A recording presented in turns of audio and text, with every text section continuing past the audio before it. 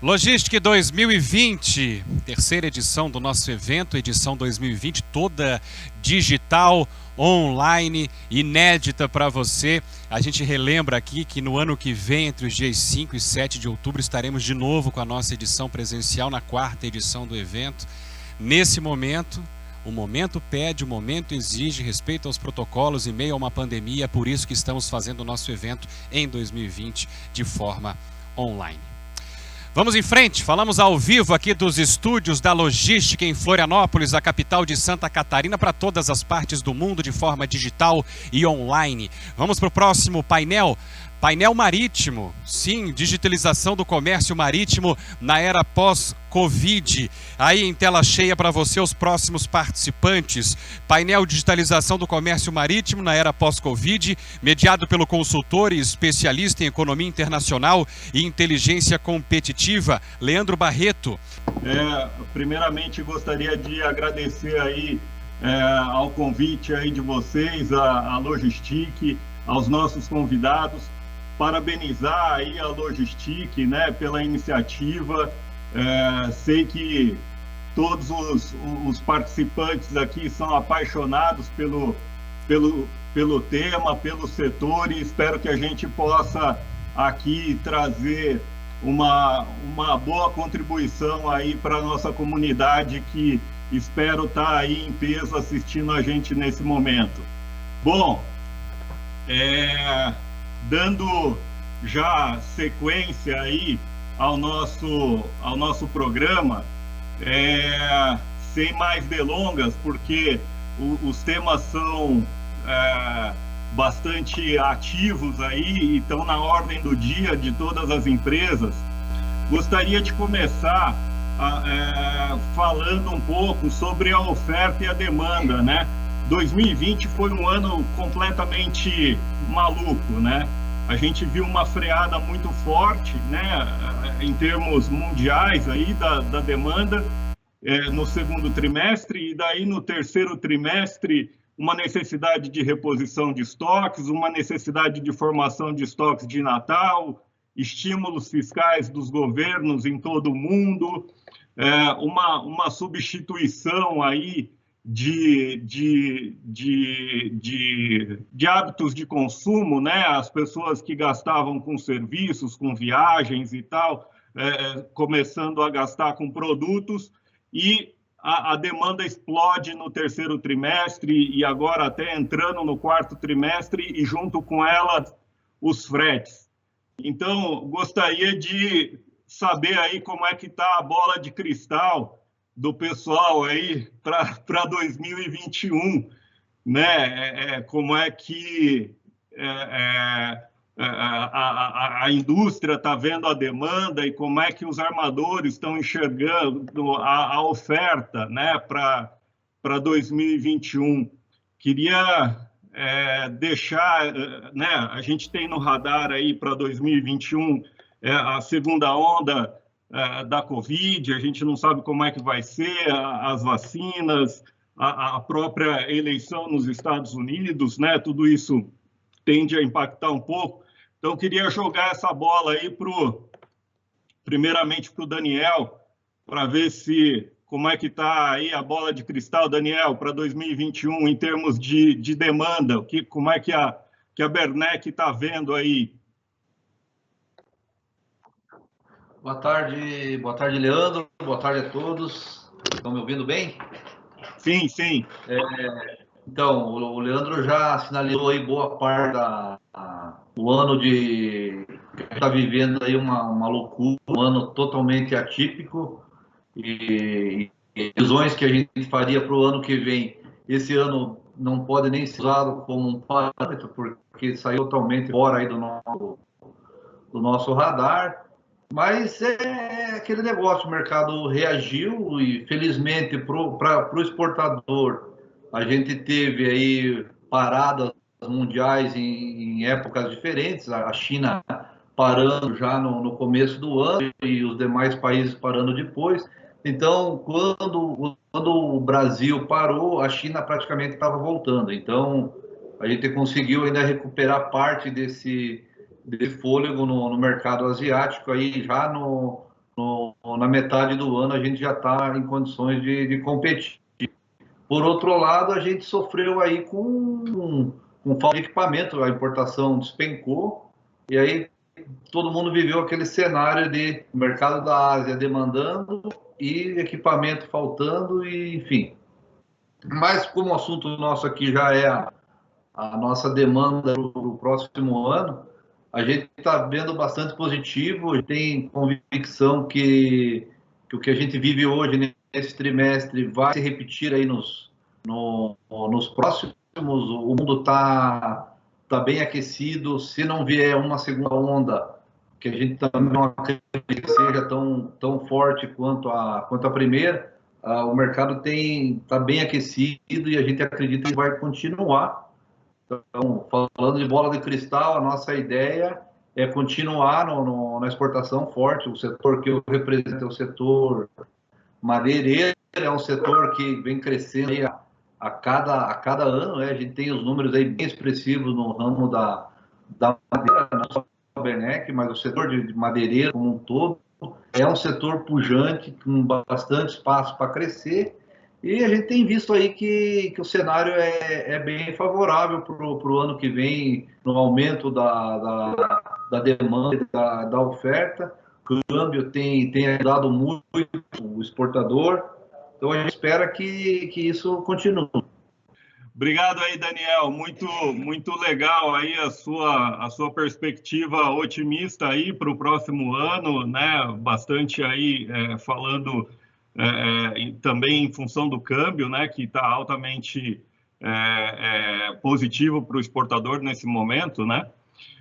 Queria ouvir um pouquinho, Perotoni, como é que a cadeia do frango e do suíno está enxergando aí esse ano de 2021. A gente sabe que não só o câmbio, mas também a peste suína africana impactou bastante a cadeia nesse ano, né? O que você pode contar para a gente aí?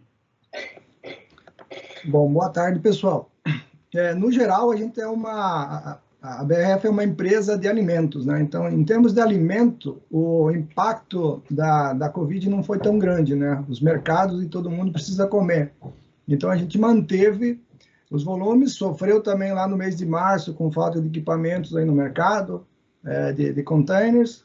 Então, mas foi passageiro, né? No mês de novembro, comecinho março, e em seguida no mês de abril, mas para o meio para o final de abril já regularizou. Então, a gente conseguiu manter as nossas exportações praticamente em todos os meses.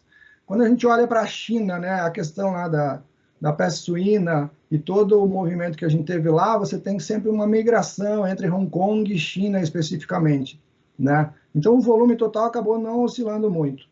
O que a gente vê, no geral, é um mercado que vai demandar aí pelo que a gente está vendo, em todos os ramos aí da área refrigerada, uma oscilação entre 2% a 5% no mercado, em relação a 2020.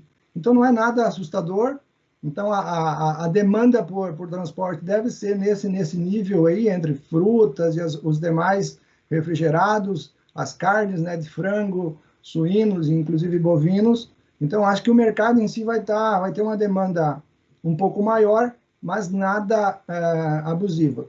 O que a gente vê de movimento mais forte é na questão da cabotagem. Acho que no transporte interno aqui marítimo, sim, a gente vai demandar muito mais do sul do Brasil para o Nordeste, do Nordeste para Manaus, porque o mercado rodoviário está muito aquecido também. Então, tudo que vier nessa área marítima e em cabotagem vai nos ajudar a performar melhor, a movimentar melhor as cargas. Então, nada absurdo, 5% no máximo, em relação a esse ano, porque os mercados lá fora estão muito estáveis, né? Então, se você pega a demanda por frango, ela se mantém aí praticamente o ano todo, né? Então, não tem nenhum soluço para cima ou para baixo, né? Então, é muito estável realmente. Legal. Muito bom, Perotoni. Acho que se tiver alguém de cabotagem assistindo, já vão bater na tua porta amanhã, viu? Pode esperar. O Julian já vai pedir para o pessoal bater aí amanhã. Senhor Julian, Senhor Julian, seu microfone está fechado, mas Não, o Perotonic está me batendo. O Julian, os nossos dois convidados aí falaram um pouquinho da dificuldade que tiveram com equipamentos aí no início da pandemia. A gente sabe que teve um nó logístico lá na China, que os navios não conseguiam sair e que isso afetou o Brasil num primeiro momento. Mas como é que os armadores, né, estão vendo 2021? A gente sabe que tem poucos navios em estaleiros para sair nos próximos 2 anos, né? Aí as encomendas nunca tiveram tão baixas. Como é que você acredita que a oferta vai estar aí na costa brasileira para 2021? Bom, primeiro deixa eu falar um pouco sobre os containers, porque vem bem ao caso. Na verdade, o que aconteceu na época foi que muitos containers ficaram presos, não os navios, os containers ficaram presos, especialmente na parte rifa, e presos com carga durante o pico da pandemia lá, e com isso houve dificuldade dos containers voltarem, que foi exacerbado pela queda na importação, como o Daniel mencionou. Isso causou um efeito dominó que criou essa falta que foi sanada em grande parte. Mas o fato é que hoje, com o aumento o aumento geral de movimentação no mundo anterior à Covid, o equipamento, a logística dos containers se tornou mais crítica ainda, e tem potencial se tem flutuações no fluxo de termos falta de containers. Isso é um assunto que acho que toda a indústria está seguindo muito de perto para poder garantir os embarques. Quanto ao crescimento no ano que vem, é bom ouvir o Daniel ser tão otimista, porque isso é um dado, obviamente, importante. Nós vemos isso de uma maneira bem mais conservadora. Esse ano, como se foi falado, é muito atípico, com uma queda brutal no segundo trimestre, que foi na ordem mundial de 16%, que foi, aliás, menos do que se esperava inicialmente na pandemia, onde a gente estava esperando uma queda de 25%. O terceiro trimestre já foi bem melhor a nível global, com uma queda só de 3%, e se espera que o quarto trimestre seja mais forte, assim, na ordem do que foi no ano passado. Isso é o nível global. Agora, o que vai acontecer no ano que vem é muito difícil prever, porque, como foi mencionado já por vários, se tem para cá o fator juros, o fator câmbio, como é que a economia do Brasil vai efetivamente performar, que é um dado muito importante que vai afetar a importação. E, sobretudo, nos trades da Ásia, a importação determina muito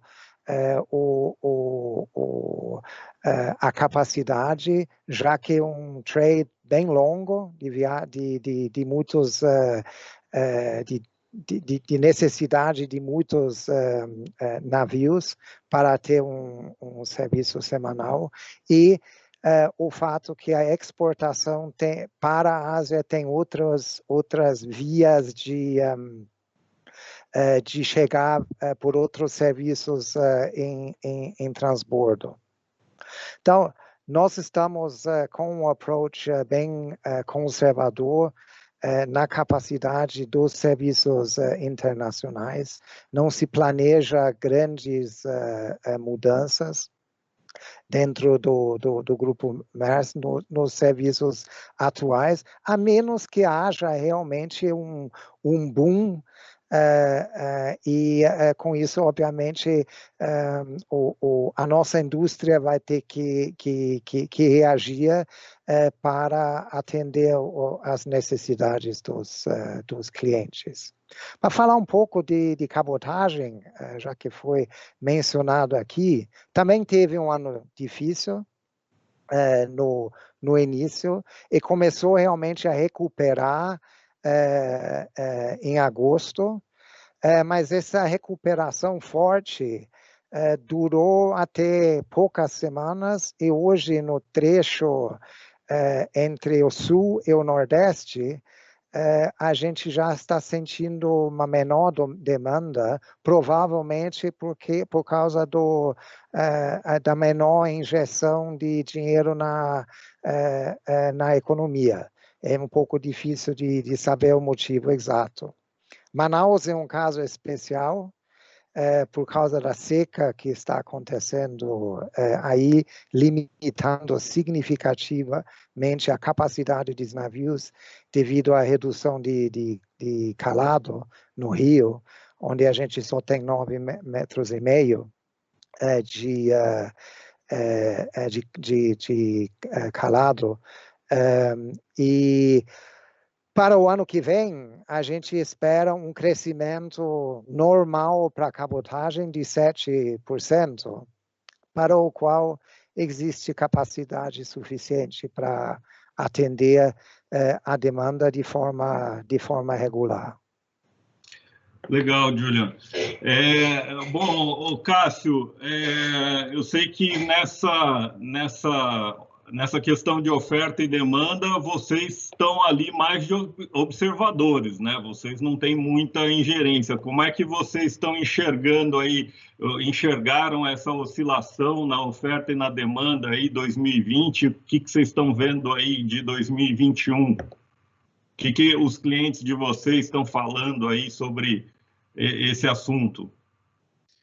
Bom, boa tarde a todos, né? E Carelli, eu acho que muito mais corroboro um pouco a fala do Julian, da fala dos nossos colegas da BRF, da Bernec, de setores específicos, mas a gente observa, como você bem mencionou, nós estamos no meio aí da cadeia entre os exportadores, importadores e as agências de navegação, e nós conseguimos perceber realmente uma retomada já a partir de julho, no início do segundo semestre, que dá um pouquinho também comentar pelos colegas com uma reposição, vamos dizer assim, daquele que criou um gap nos estoques, principalmente de matérias-primas aqui da indústria brasileira. Essa retomada a gente vê também que o último trimestre do ano vai ser um trimestre forte, e, de fato, 2021, a gente tem que, talvez, com os pés no chão, como o Julian bem colocou, conservadoramente, olhar as perspectivas de Brasil, que podem ser um pouquinho diferentes do restante do mundo, onde o Brasil precisa, de fato, conduzir algumas reformas, e essas reformas são de extrema importância para que a nossa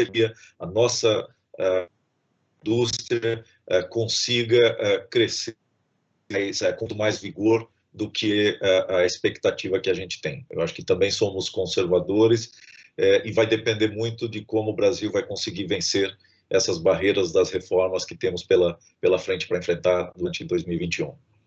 Legal. Luiz, Paranaguá como um porto essencialmente exportador, né, onde a exportação, principalmente os grãos aí, né, lógico, você tem os fertilizantes aí na INPO, mas os grãos na Expo tem um peso muito forte. Imagino que não tenha sentido muito o efeito aí, ou não tenha sentido tão drasticamente o efeito aí dessa queda de volume. Conta para a gente como é que foi 2020 e um pouquinho do que vocês estão esperando para 2021 aí. Bom, Leandro, boa tarde. No complexo como um todo, né? Boa tarde a todos os colegas. Sim, o nosso porto, 65%, 70% da nossa movimentação é sentido exportação. No ano passado, nós fizemos aqui no complexo Paranaguá e Antonina 53 milhões de toneladas. Fechamos o mês de outubro já com 49 milhões, então certamente será um movimento maior. Mas 20% desse movimento total, desses 53 milhões de toneladas, são containers também. Então, nós temos uma participação. Ano passado foram quase 1 milhão de TEUs, esse ano deve ultrapassar 1 milhão de TEUs de movimento. Mas, de fato, não houve um impacto muito forte com o Covid. Na verdade, não houve um impacto negativo, pelo contrário, houve um aumento. Então, nos meses em que se iniciou a pandemia, as restrições mais fortes no país, foi o momento onde registramos os maiores recordes da história do porto. Então, mês a mês de março, abril, maio, foram meses recordes sucessivos de movimentação. Isso tudo se deve a um conjunto de fatores, né? Uma safra muito boa, excepcional, a safra desse ano. O que a gente movimentou de soja até o momento já superou em torno de 15% o total de movimentos do soja do ano passado.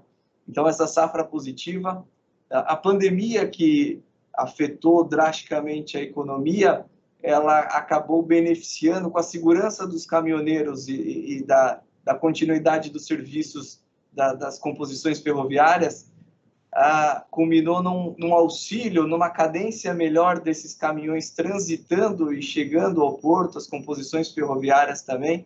Então, essa cadência melhor proporcionou um movimento espetacular.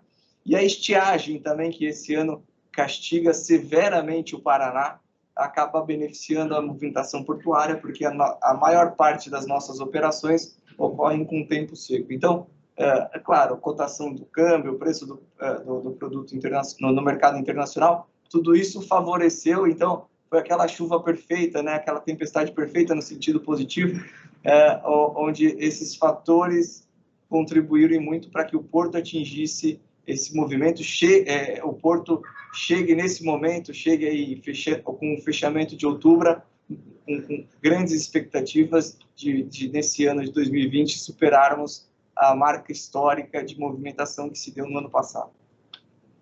Legal. Gente, eu queria passar aqui para um próximo tema aí, que são um tema que também a gente tem escutado bastante aí pelas nossas andanças, nas conversas com o mercado, que são os grandes navios, né? Os navios de 366, os navios de 14 mil TEUs. Existe aí, né, de 2008 para cá, né, da crise de 2008 para cá, os navios dobraram de tamanho. Naquele momento a gente tinha navios os maiores eram de 5.900, hoje a gente tem navios de 11.900 operando aqui na costa, mas a capacidade do longo curso só cresceu 6%, porque a quantidade de serviços reduziu, né, de 43 para 19. Então, o que aconteceu foi que o crescimento dos navios não foi por uma pressão de carga, né, foi por uma consolidação de serviços. Então, a gente sabe que hoje tem muitos armadores aí que poderiam até pensar na possibilidade de trazer um navio para cá, mas isso depende de duas coisas. Oi, estão me ouvindo? Isso depende de duas coisas, basicamente, infraestrutura portuária e demanda, né? Então, eu queria perguntar aí, deixar essa daí no colo do Cássio. Cássio, como é que o Cássio começar com essa bomba aí, como é que Itapoá está enxergando os navios de 366, né? Quando é que eles chegam, em que rota chegam, e quais portos no Brasil vão receber esses portos? Essas são as perguntas que eu escuto no dia a dia, me ajuda aí a responder.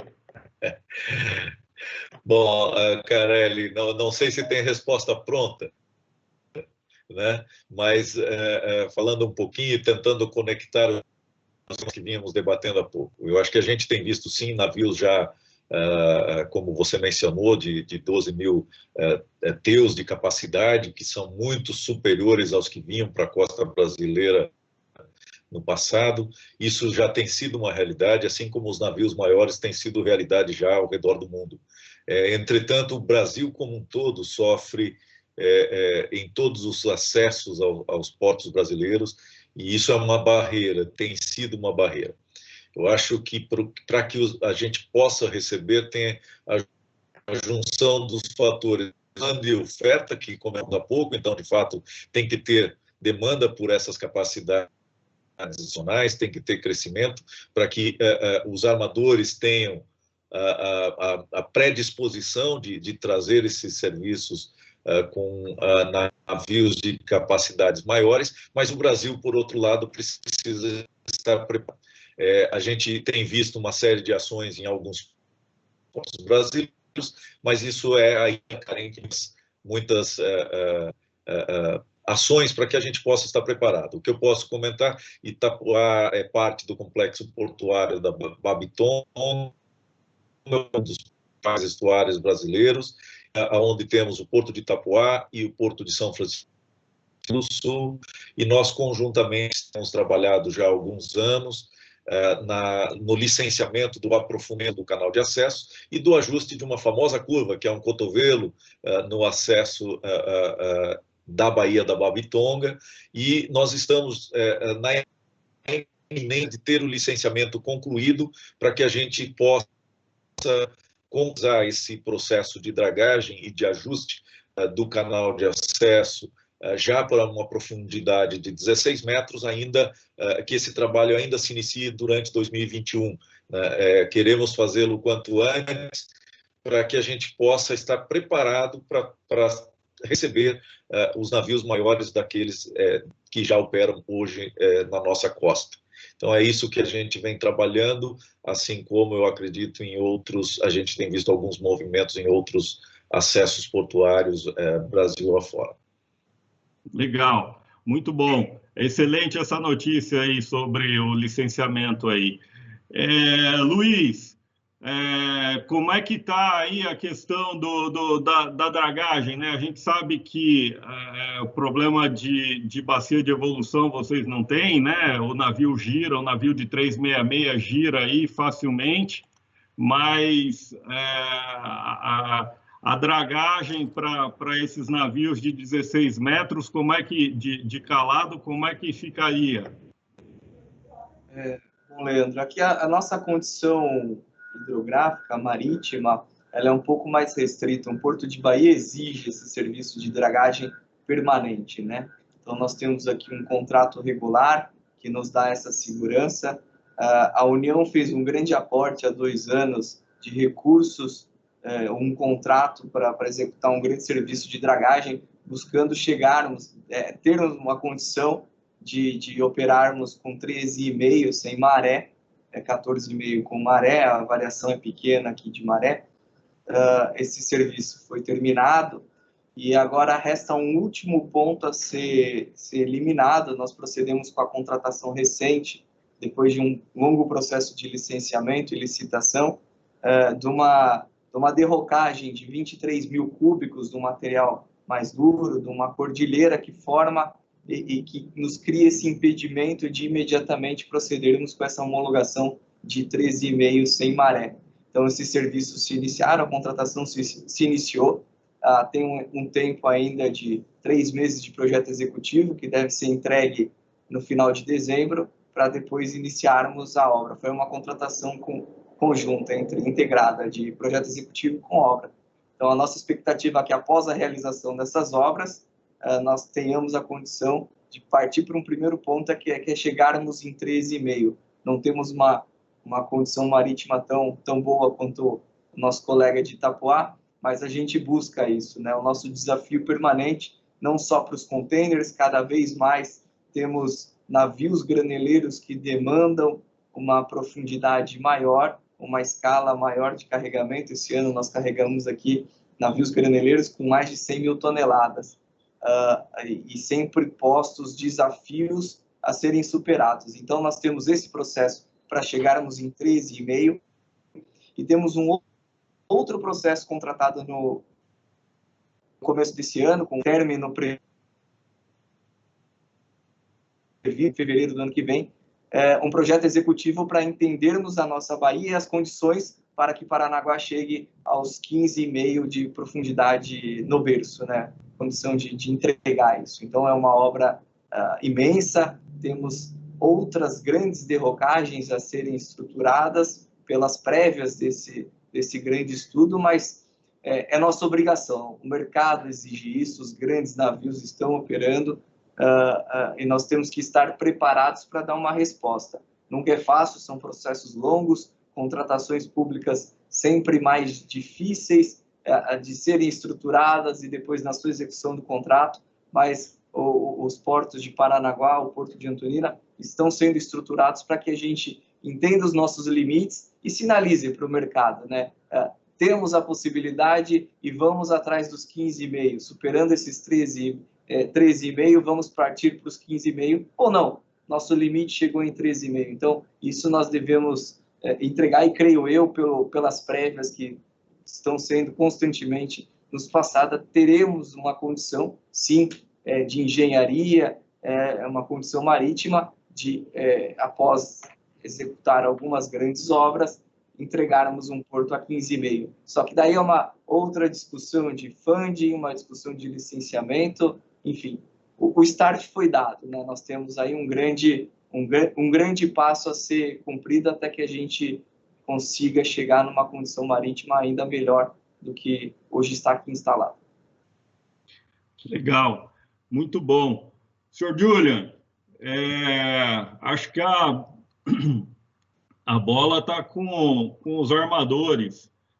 Paranaguá, podendo trazer Paranaguá um porto de meio de viagem, podendo receber 13,5, Itapoá, um candidato a hub, podendo receber 16.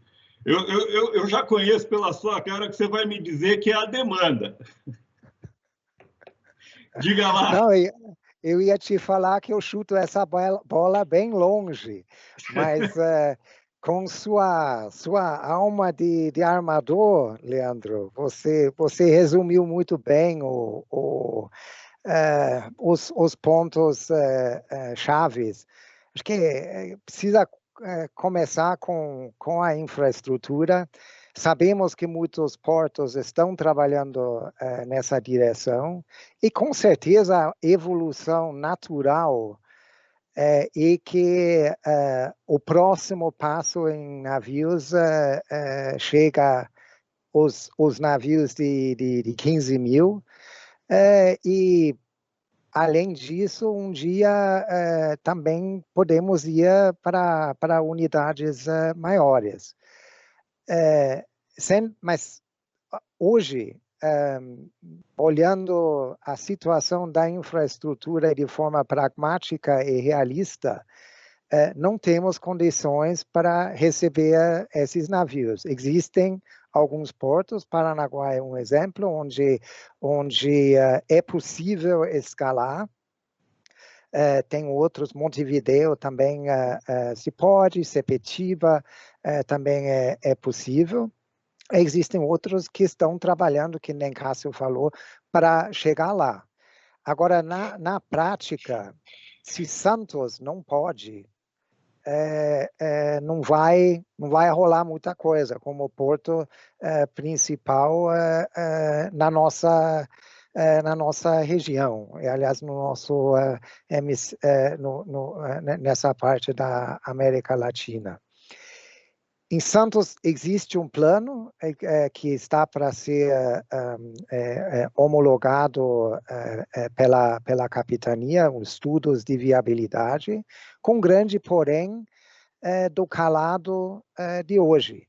E se for o calado de hoje, que é 14,5 metros na maré alta, que já é bastante limitado, perde muito sentido de colocar uma unidade maior que precisa de um calado no mínimo 15,1 ou até 15,5, dependendo do tipo de navio. Se você só pode carregar 14,5, perde muito sentido a questão de um navio maior. Então, até Santos ter uma profundidade de 17 metros ou mais, vejo pessoalmente como difícil a gente ir para esse próximo passo. E o segundo passo, tendo isso, eu tenho certeza que com o tempo chegaremos lá, como país, para viabilizar isso, porque todo mundo vê que esse é o caminho. Aí o segundo passo vamos ter o volume. Com o crescimento, se o crescimento continuar relativamente tímido, como tem sido desde 2008, aliás, pode levar algum tempo. Mas isso realmente o tempo dirá. A outra possibilidade, você também mencionou, seria a consolidação de serviços para viabilizar esse tipo de navio, para reduzir o custo unitário. Agora, isso vem com um preço na questão da quantidade de portos escalados para viabilizar uma viagem redonda dentro de um transit time aceitável. E aí entra a capilaridade de um serviço e o atendimento do mercado como um todo. Aí é uma questão que precisa ser analisado com muito cuidado e com muita conversa com os clientes para ver se isso realmente atende a demanda, se for nesse caminho. Legal. Julian, só me corrige, por favor, se eu estiver errado, mas hoje não teria no mercado navios de 14 mil, 15 mil com capacidade de plugs acima de 2.500 plugs que pudessem ser trazidos para a costa, né? Correto. Grande problema de você consolidar serviços e a quantidade e o atendimento ao rifa. Aí o Perotone de novo bate a mim. Bom, então precisaria construir uma classe, como foi no passado, construir uma classe específica de navios com mais plugs, navios de 14 mil com mais plugs para atender a costa leste da América do Sul. Isso. Ok. Bom, queria passar a bola aí rapidamente para o Perotone e para o Daniel. Perotone, o Julian mencionou você, então... Não, como é que vocês estão vendo aí esses navios grandes? Eu acho que a Operação Brasil sempre vai ter algo misto, né? Porque quando você olha para a área reefer, você tem que pensar também na retroárea, né? Então, tipo, quando você olha hoje, Itajaí Navegantes é o local do Brasil onde a gente tem mais armazéns frigorificados, né? Então, você pensar em dizer, cara, vamos botar um navio grande que vai escalar só Paranaguá, você vai realmente provocar uma catástrofe em termos de armazenagem. Então, você teria que preparar também essa retroárea. Isso não é algo tão rápido para fazer. Por exemplo, Itapoá tem um armazém já em Garuva, né, que começou a funcionar no final do ano passado, se não me engano. Né, a gente já está utilizando lá também, e isso dá um pouco de fôlego para você dizer, cara, se eu tiver uma atracação em Itapoá que não faz Itajaí, eu já tenho uma condição de embarcar por Itapoá. Mas então toda essa retroárea precisa ser pensada. E toda a capacidade instalada na região portuária, né, dos concorrentes, dos nossos colegas aqui, né, de Paranaguá e Itapoá, né, se somar Itajaí Navegantes, o que tem lá é 3 vezes mais ou 4 vezes mais o armazenamento de congelados que tem nos 2 outros portos somados. Então tem que pensar nisso também, né? Porque a gente não consegue migrar e dizer, cara, tá bom, eu vou para Paranaguá, mas eu tenho um monte de produção em Santa Catarina que vai me custar muito mais caro para levar para Paranaguá via terrestre, né? Que a gente precisa evitar as estradas também, que já está super congestionada com uma demanda, né, super grande também. Então, pensando nisso, eu acho que o futuro dos portos brasileiros vai ser um misto, né? Em algum cenário, para algumas cargas, você pode até navios grandes, mas a gente não vai fugir desse navio menor, né? Ela falou que é a sala 1. Tá? Que é essa aí. Legal. Se a gente está. Daniel, e por aí, Daniel, como é que o pessoal da Madeira, enxerga aí esses navios maiores e algum reflexo? Ao contrário aí do Perotone, eu não preciso da tomada, né? Eu tenho um outro agravante para o meu negócio, que a minha carga é lastro, é uma carga densa, que o frete sempre é determinante para viabilizar negócios. Então, o otimismo que eu falei para vocês lá na primeira rodada, a gente vê a Madeira crescendo com bastante força. Desde 2013 esse mercado cresce e a gente enfrenta ou sofre no equipamento ou sofre no espaço, porque a cota aí destinada ao lastro, ela se enche muito rápido, né? Então, nós temos aí os números de Madeira Serrada, cresce de 2013, o mercado realmente favorecido por câmbio, cobra-se a cada 2 anos o volume de madeira que é exportado. Então, a gente vê com preocupação essas limitações de espaço que a gente tem. O Julian disse que até me achou otimista demais na questão da demanda, mas é isso, o setor da madeira ele é muito, muito insignificante no mundo, a madeira do Brasil. Tem muito aí, a gente sofre na questão das retroáreas, tem volume grandes para ver. Nós enfrentamos outro problema na madeira aí, que são órgãos intervenientes que eles não têm condições de absorver a demanda do agronegócio, que é cada vez maior.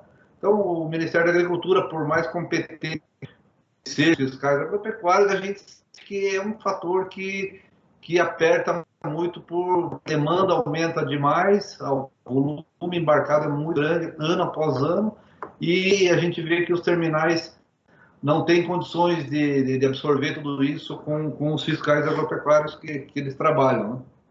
Então é isso. Entendi. Legal.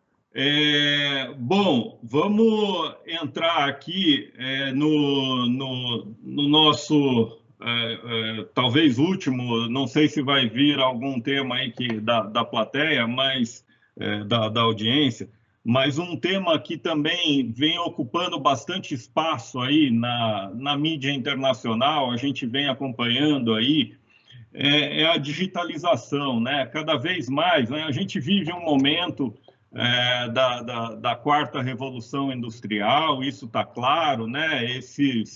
Desde que esses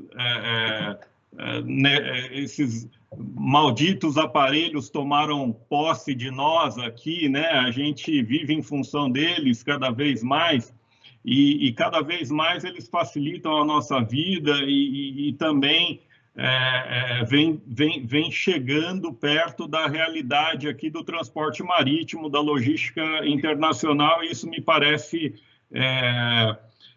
que ainda existem muitas incertezas, é óbvio, é natural, né? Como na primeira Revolução Industrial, na segunda Revolução Industrial, na terceira Revolução Industrial, mas me parece também um caminho sem volta, né? Então, acompanhei muito aí na mídia internacional, principalmente. Aqui na mídia local a gente vê pouco, mas a evolução, né, dos e-bookings, e-quotations, né, do trade lanes da Maersk aí durante a pandemia foi muito grande.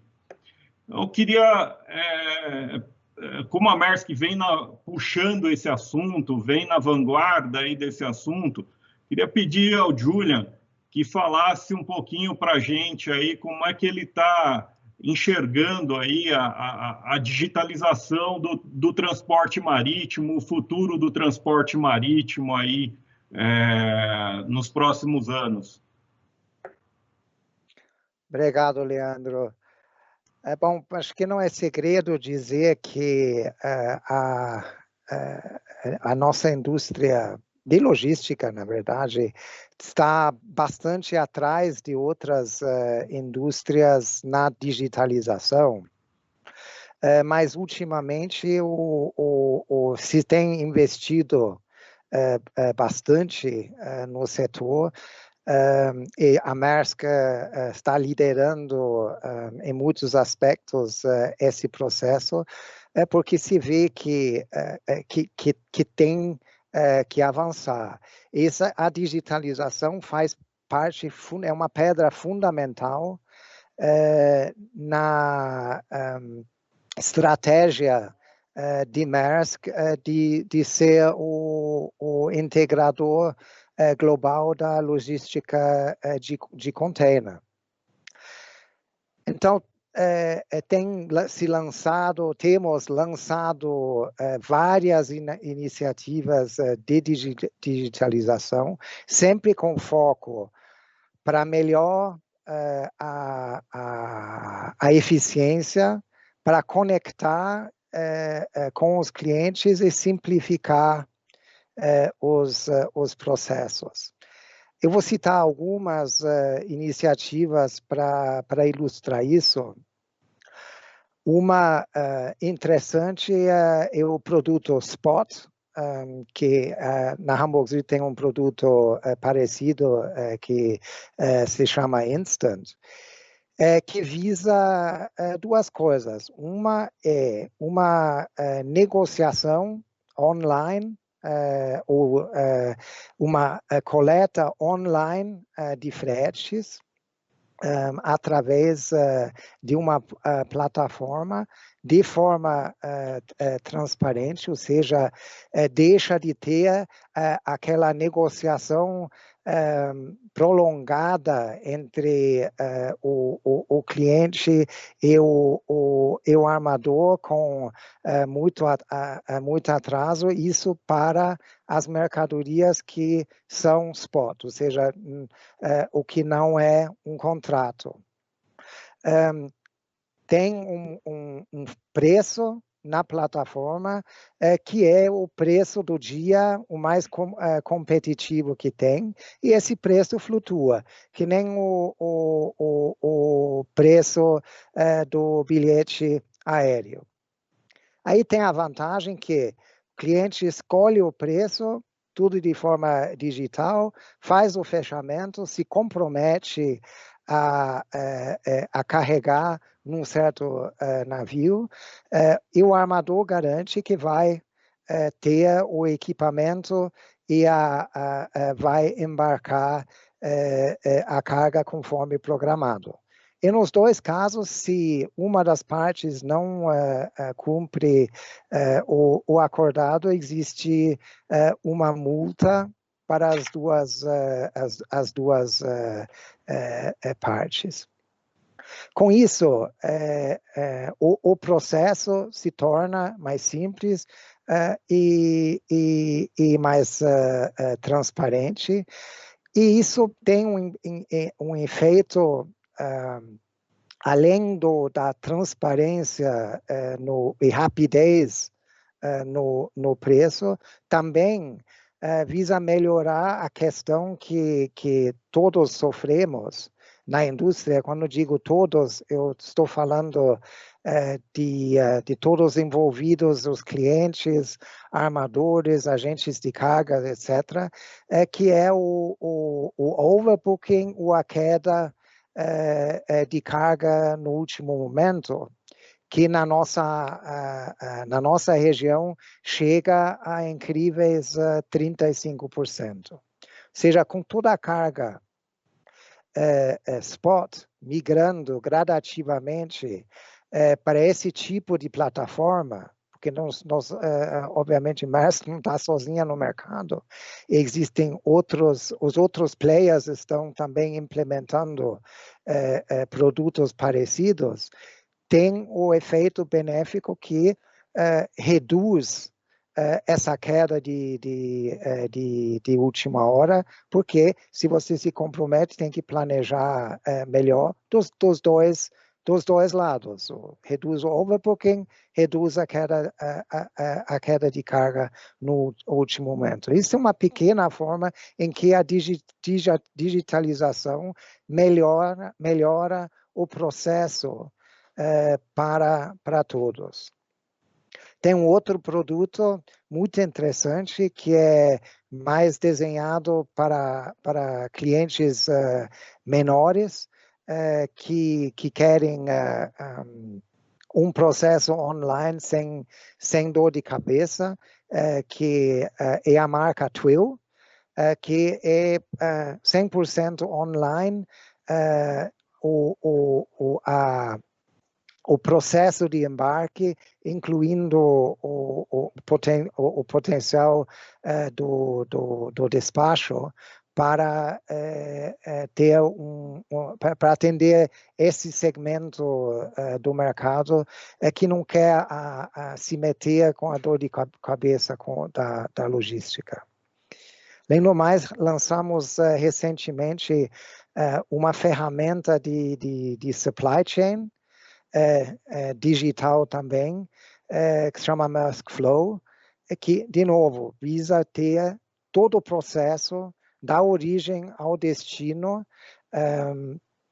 mapeado e em que o importador ou o exportador podem fazer todas as suas transações com qualquer armador que seja, ou com qualquer armador que seja, para coordenar todos os passos do embarque e fazer o segmento se a carga está pronta para embarque e poder intervir.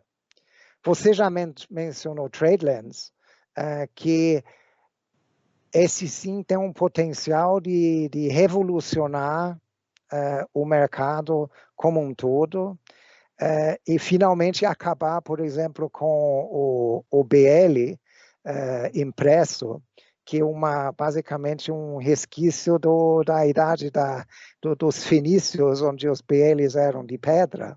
Hoje são em papel, mas ainda são necessários. E a TradeLens visa ter, com tecnologia blockchain,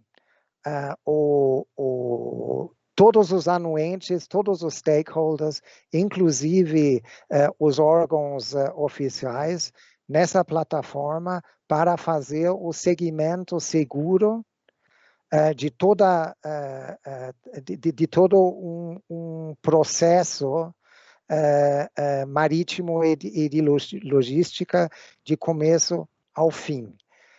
Como você mencionou, é um projeto da Maersk junto com IBM e está ganhando aderentes e tendo massa crítica com a adesão dos clientes, embarcadores, recebedores, portos, agentes e autoridades, promete realmente tirar muito custo do sistema e aumentar a velocidade e a segurança do processo. Realmente seria uma tremenda revolução quando isso se torna praxe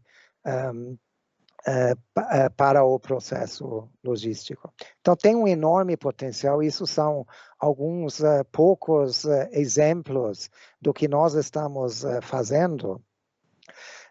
E, com tudo isso, deve melhorar a qualidade e reduzir o custo de transacionais para todos os players, que obviamente é um benefício incalculável.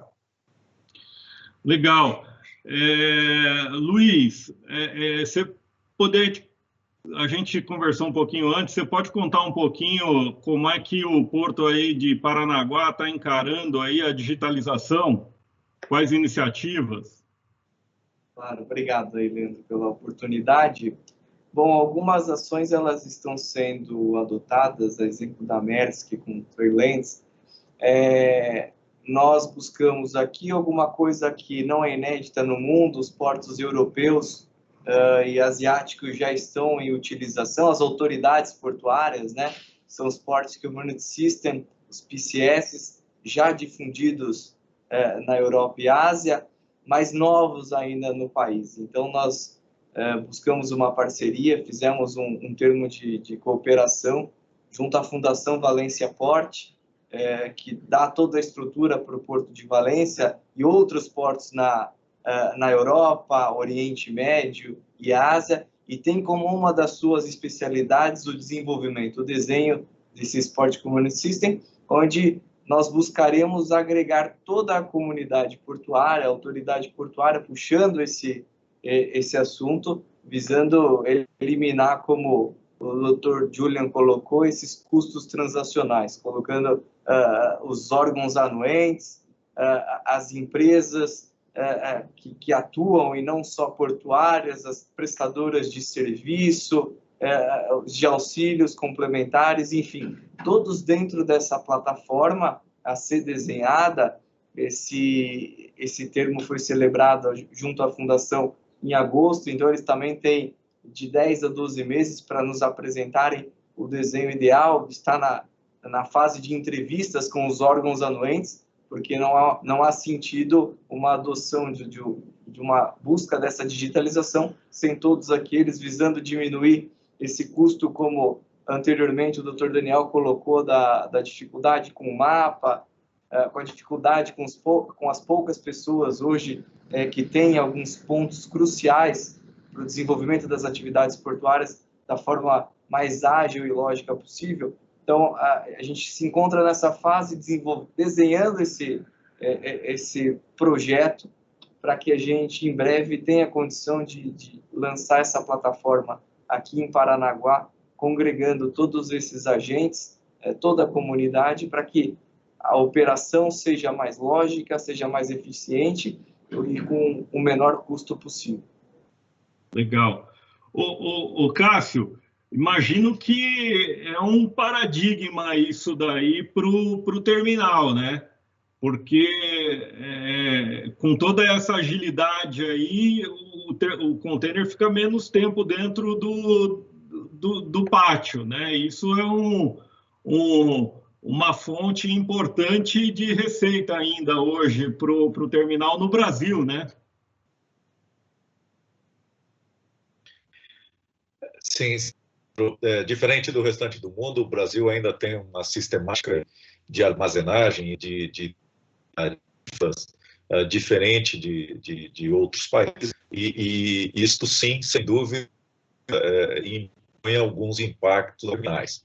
Mas eu acho que é importante falar que, além de iniciativas do próprio terminal, nós visto esses processos de digitalização, assim como o TradeLands comentado pelo Julian, e nós fizemos a adesão e queremos participar e vemos como uma excelente iniciativa que, de fato, vai trazer uma revolução.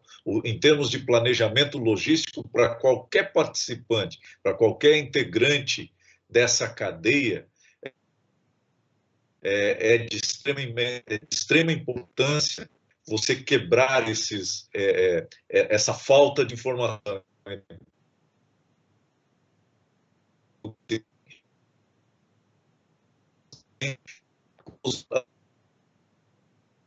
Onde nós, no Porto de Itapuá, temos também se trabalha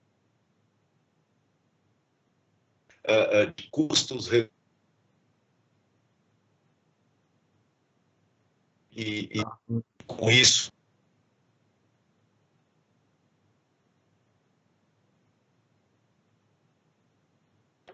Oi, Cássio, sua conexão está picotando um pouco. Se você quiser fazer a conexão. Oi, Cássio.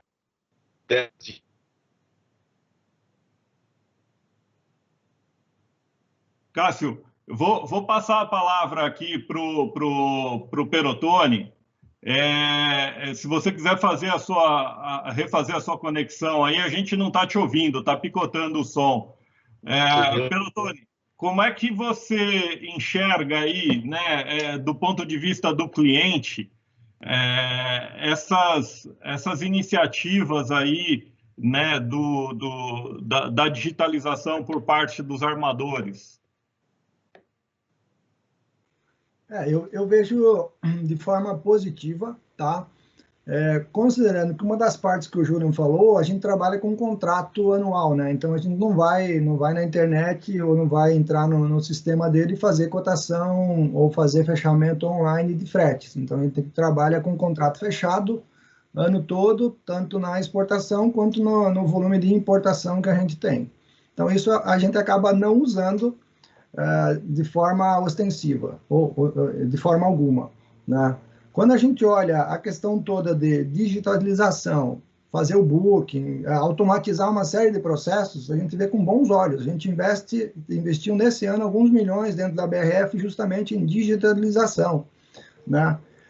Blockchain, por exemplo, a gente está tentando fazer um teste, estava antes da pandemia fazendo um teste com a Arábia Saudita, por exemplo, junto com a IBM também, e deu uma travada. Então, Julian, depois se tiver algum porto aí que vocês já estão conseguindo evoluir junto com a própria IBM no blockchain, somos parceiros aí para participar. Mas tudo que vier para a gente dizer, cara, vamos para esse lado tecnológico, que evite a gente estar digitando, fazendo trabalhos, né, juntando documento, mandando, BL eletrônico, fantástico, né? A gente está desenvolvendo projetos dentro de casa e que a gente tem lá o Proforma Invoice de todas as vendas nossas, a gente mandava tudo por e-mail, ia, voltava, fax. Hoje a gente já está fazendo tudo isso via DocSign, então tudo eletrônico, o cara recebe uma mensagem lá, entra no site, no nosso portal, e ele vai conseguir acessar, assinar e devolver para nós sem circular nenhum e-mail, nenhum documento, né? Só mensagens virtuais do próprio DocSign, por exemplo. Então, acho que esse sistema da gente chegar realmente e dizer, cara, não vamos mais circular documentos, não vamos mais ter esse contato físico, vamos dizer assim, vai ser uma nova era, uma nova forma de fazer negócios, né? A gente tem aí os órgãos anuentes, né? A própria Receita Federal, quando você olha, ela evoluiu muito nos últimos 3, 4 anos, né? Antigamente você tinha um processo muito moroso e tal, hoje praticamente você não lembra que existe a Receita Federal. Se você fizer tudo certinho, o teu embarque vai prosseguir, né? Não tem nada que trave isso. O Ministério da Agricultura, que também a gente é bem independente, também já evoluiu muito. Ainda tem um caminho longo pela frente, mas com certeza está todo mundo empenhado aí para realmente a gente sair dessa questão toda de assinaturas, de documentos circulando, para algo que seja muito mais, vamos dizer, tecnológico, que a gente possa realmente dizer, cara, eu emiti o documento aqui, cheguei lá, agilizei, reduzi burocracia. Então, isso tudo é muito bem-vindo no nosso dia a dia. tá? Legal. Daniel, e aí, como é que a Bernec está vendo aí essas plataformas, essas ferramentas, essa digitalização aí do transporte marítimo? Então, Leandro, é positivo também, aí como todos falaram, com bastante entusiasmo, inclusive, porque a gente não vê sentido o armador ter que fazer 30%, aí 35% de overbooking para poder operar no Brasil. Eu acho que o brasileiro precisa aprender a trabalhar com esse novo modelo. A gente tem operado com esse modelo aí com a Maersk, com outros armadores, com bastante sucesso. É um modelo espetacular que eu penso como você, não tem mais volta e deve continuar. O que as empresas precisam fazer é se organizar com o que está produzindo, quando vai estar pronto, para que navio precisa. Então, esse é o segredo desse modelo, é ter organização, saber para que navio vai precisar, que preço vai pagar, e principalmente no setor madeireiro, no nosso caso, o que chamou a atenção no modelo Eu vou falar da Maersk porque o Julian está aqui, mas o que chamou a atenção era, você tem valor, que você sabe quanto vai pagar, e garantia de equipamento, que até então tem sido uma pedra no sapato aí do exportador de carga seca. Então, esse modelo aí, basta que as empresas aprendam a dominar ele e saber como que vai funcionar, já sabe os dias livres que tem, o contrato já está definido lá no site da Maersk. Então, eu acho que não tem volta e a digitalização não só no armador, mas a gente tem visto aí já em outros setores. O Pelotoni falou da Receita Federal, praticamente não existe. Para quem é OEA, então, nem ouve falar em Receita Federal. E outros, por exemplo, o MAPA, já tem algumas parcerias com o Ministério da Agricultura da Índia, com cargas de madeira, não existe mais fita sanitária, são arquivos digitais com QR Code que vai para a Índia e a carga é liberada. Então, esse aí é o futuro, eu não vejo volta nisso. O próprio mapa já está no portal único da Receita Federal e eu acho que é isso aí. O segredo é a organização, saber para e pagar um valor de esse equipamento. Legal, muito bom. Cássio, será que a gente pode... você poderia concluir o seu raciocínio?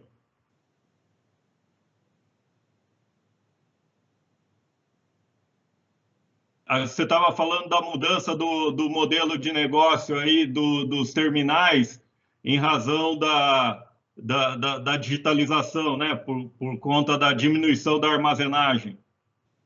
Perfeito. Me ouvem agora, Leandro? Alto e claro. Perfeito. Então, como eu estava dizendo, assim, esse processo tem gerado ações por parte de todos os entes, como a Receita Federal, comentada pelos colegas também, e isso, para o terminal, nós não podemos encarar como sendo uma mera perda de receita. Eu acho que, por um outro lado, como investidores, a gente deve olhar isso como uma oportunidade. Se você tem uma queda de dwell time, de tempo de armazenagem, por outro lado, isso te dá uma capacidade adicional, para um volume adicional que gira muito mais rapidamente no terminal. E isso não requer nenhum investimento adicional. Então, se torna, de fato, uma oportunidade e não uma simples perda de receita. Então, depende, claro, do ponto de vista que o investidor está olhando, mas posso dizer que nós, no Porto de Itapoá, temos visto a queda de dwell time por todas essas influências, né? Desembaraço sobre águas, uma série de outras tendências que vêm por aí com as digitalizações na integração da cadeia, mas que certamente serão uma oportunidade onde um terminal que inicialmente no final do projeto teria 2 milhões de TEUs de capacidade, hoje já enxergamos com um bom potencial para 3 milhões de TEUs, talvez com o mesmo patamar, o mesmo nível de investimento. Então, isso é como a gente tem encarado esse tema, para não olharmos apenas uma das mãos, né, que seria a perda da receita, e sim olharmos o viés do investimento total como um todo que a gente tem por parte dos nossos acionistas. Beleza, excelente, pessoal. Eu acho que a gente cobriu aqui a nossa pauta. Queria abrir aqui um pouquinho para as considerações finais de cada um. Acho que tivemos um debate bastante interessante, aprendi bastante aqui com vocês hoje. Queria abrir um pouquinho para cada um, se alguém quiser levantar uma questão para um colega aí, ou fazer as suas considerações finais, por favor, fiquem à vontade, a gente tem mais 15 minutinhos, podemos aí ter uns 2 ou 3 minutinhos para cada. Quem começa? Vamos lá, o Luiz. Pode começar? Bom, posso sim. Primeiro, agradecer o convite. É sempre gratificante termos a condição de participar de um debate de tão elevado nível, principalmente aqui nesse em específico, são atores diferentes. Então, nós, a autoridade portuária, temos o armador, o terminal privado, os exportadores. Então, é sempre gratificante para que a gente entenda esse momento, né? Nós costumamos trabalhar aqui ouvindo todos os segmentos. Então, o propósito da gestão aqui, da autoridade portuária, é propiciarmos maiores e melhores infraestrutura para que o mercado nos enxergue como opção. A gente sabe que os nossos erros estão sendo observados pelo Cássio. Então, na nossa falha, a carga migra para lá.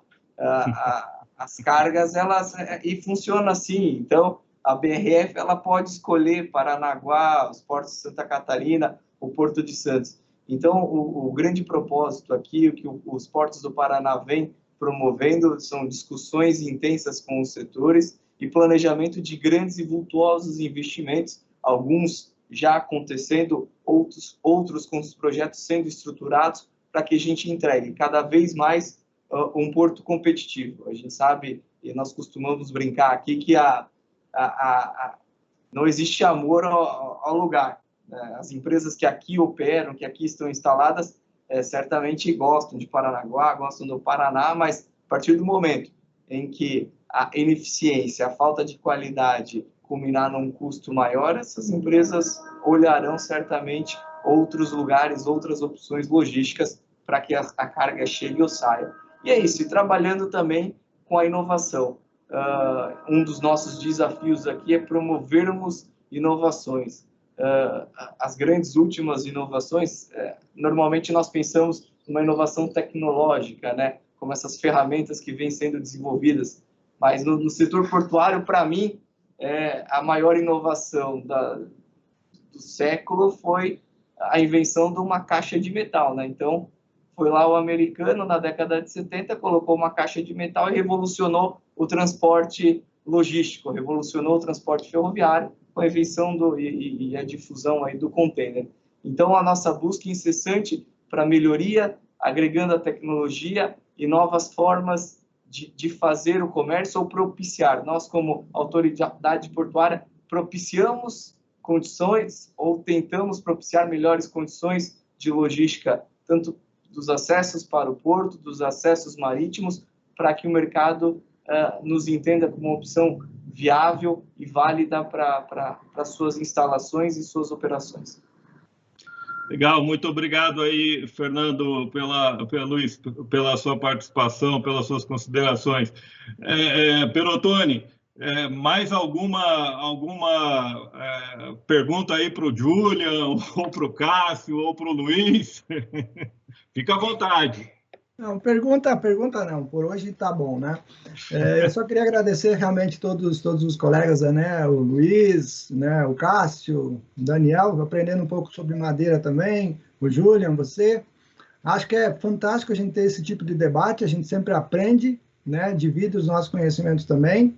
Né? O Daniel falou aí do ser membro do OEA, então a gente também é, né? E dá trabalho para você fazer, você tem que arrumar uma série de coisas, né? Seguir procedimentos e tal, mas depois que você está dentro, você realiza que, pô, é muito bom estar participando, então os processos se tornam mais fáceis.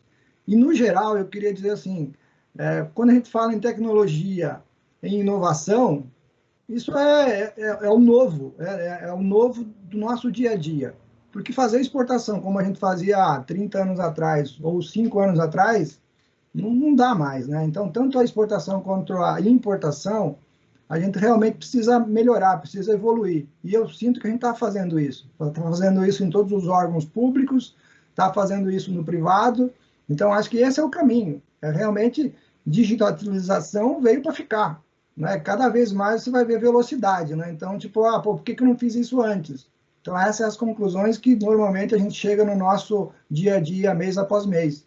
Né? Então, cara, vamos acelerar isso. Né? O que a gente pode fazer mais do que a gente está fazendo agora? E não ficar refém do que a gente fazia 5 anos atrás, saudosista do que era, a vida era boa, mais fácil, não sei o quê. Né? Mas sim, evoluindo cada dia para dizer, pô, estamos evoluindo, os nossos parceiros aí, né, a gente está feliz com os portos aqui do Sul, a gente opera desde o Rio Grande até Paranaguá, passando por todos eles, tem carga para todo mundo, né? Então a gente pretende manter assim, e o que nos mantém realmente é nível de serviço e eficiência em termos de custos, né? No final, as duas coisas têm que bater, né? Então não é menor preço, às vezes não é o mais importante, mas a combinação das duas coisas. Né? A gente sempre vai buscar o menor preço, tenho certeza disso.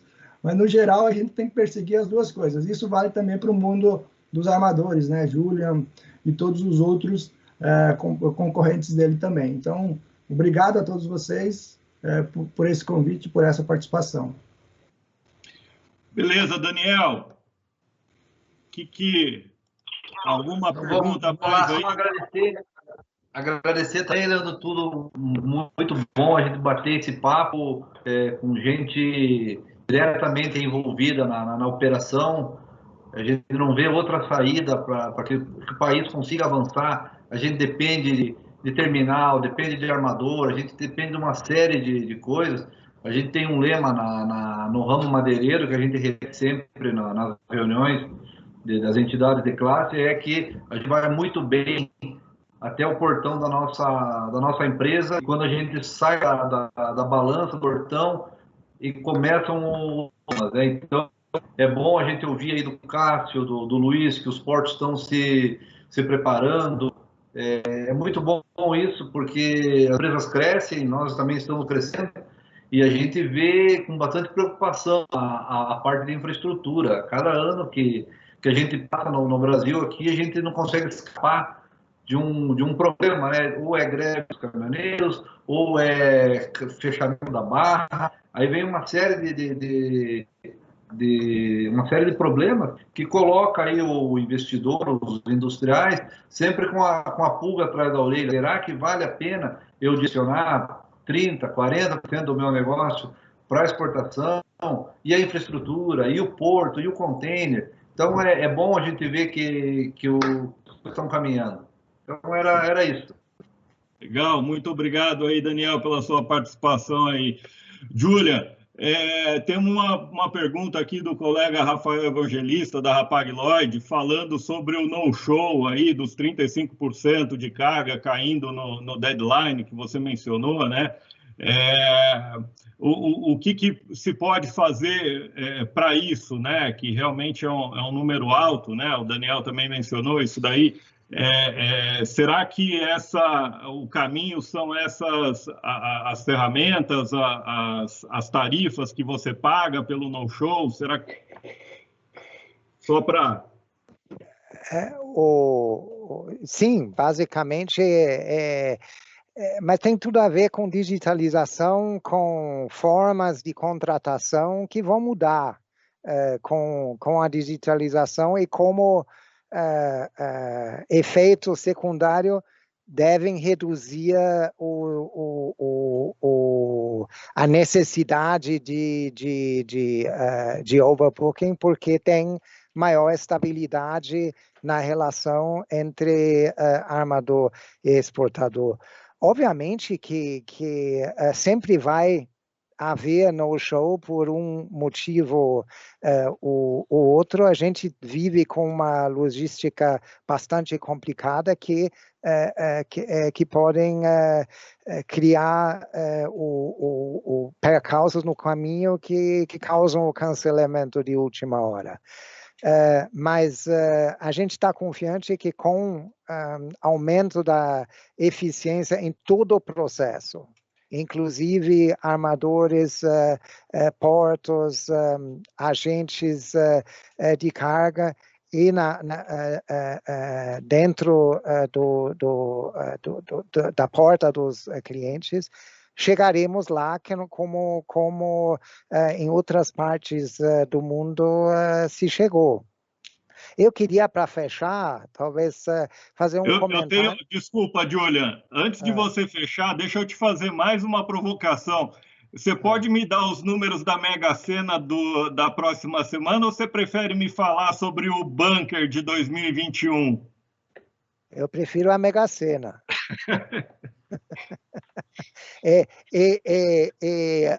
Without guarantee.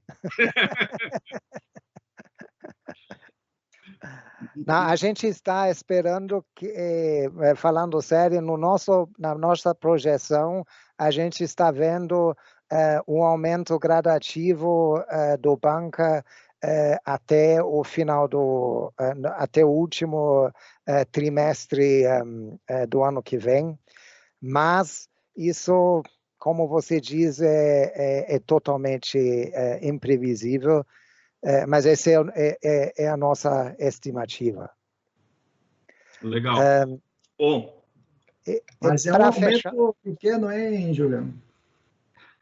Não é a recuperação do nível do petróleo que estava... Não, mas é um aumento. A gente agora está a nível de uns $320 do low sulfur em Santos. A gente está prevendo um aumento nisso. Mas, de novo, depende da... Vai ser o percentual, né? Você vai ficar em cima do muro aí, mas tudo bem. Vou ficar em cima do muro, sim.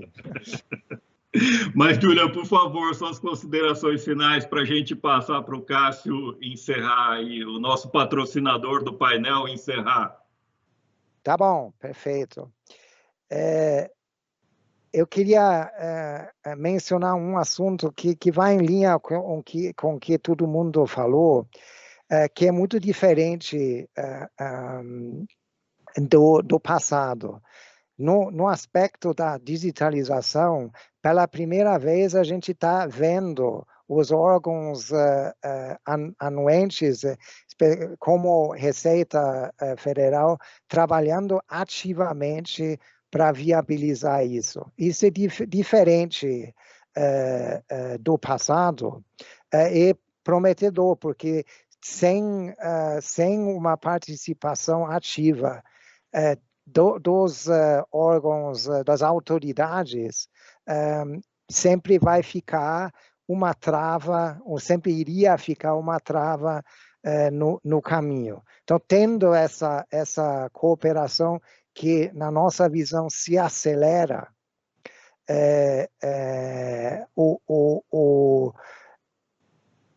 vamos poder, todos juntos, conseguir as metas de conectividade e simplificação que todos queremos viabilizar. Porque, no final, como eu disse, é o benefício de todo mundo. E com isso, Leandro, muito obrigado pela organização e pelo convite. Daniel, Luiz, Cássio e Tony, obrigado pela colaboração nisso, foi um grande prazer. Obrigado, Julian. E com isso eu pediria ao Cássio que encerrasse para a gente aí o painel como patrocinador aí do nosso painel. Tá sem áudio. Desculpa. Desculpa. Obrigado, Leandro. Obrigado aos demais participantes aí desse painel. Como mensagem final, eu queria dizer que fico muito feliz hoje de ver o Brasil quebrando paradigmas quando se pensa em infraestrutura, falando de desestatização muito fortemente.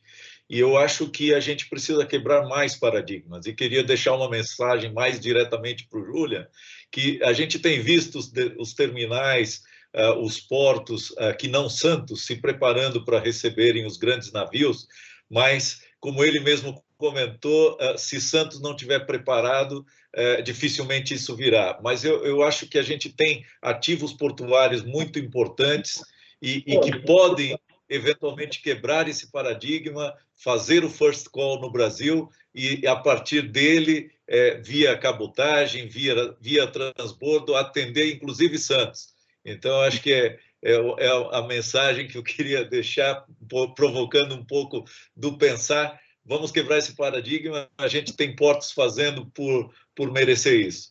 Então, muito obrigado a todos os que estão nos ouvindo aí e deixo aqui uma mensagem de agradecimento do Porto Itapuã, especialmente pela oportunidade de fazer parte desse painel.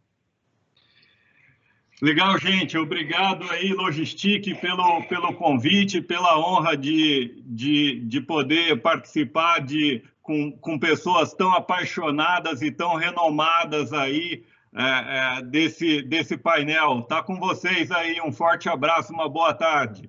Então, daqui a pouquinho, o nosso próximo tema, transporte rodoviário, Logistic, Web Conference, toda digital, edição especial 2020, retornando em 2 minutinhos. Não saia daí.